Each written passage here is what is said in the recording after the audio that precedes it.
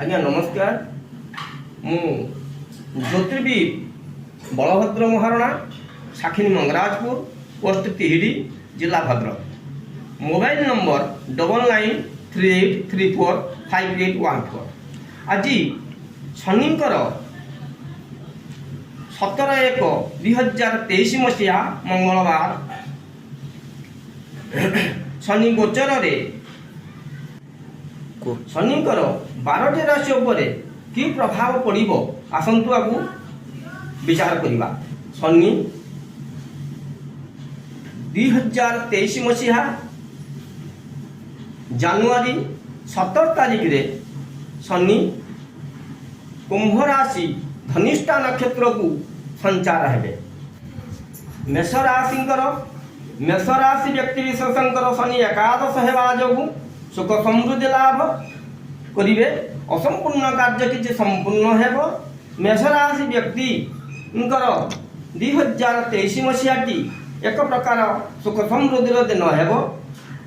अश्विनी नक्षत्र मेष राशि, द्विजा नक्षत्र मेष राशि और कृत्तिका नक्षत्र मेष राशि, यही तीनोटी नक्षत्र शनिकर डाहाण पादरे रहिथिबा जोगु फल भ्रमण हेबो।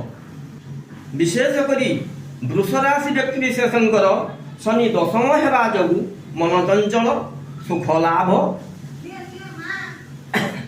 धन लाभ। 2023 अगस्त मास मध्य सुख सम्मान लाभ मांगल्य कार्य।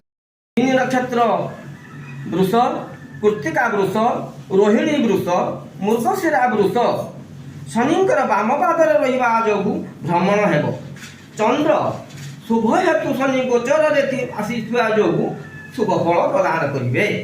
मिथुन राशि व्यक्ति विशेषकर शनि नवम हेबा जोगु धन हानि आंठू ठारू पाद पर्यंत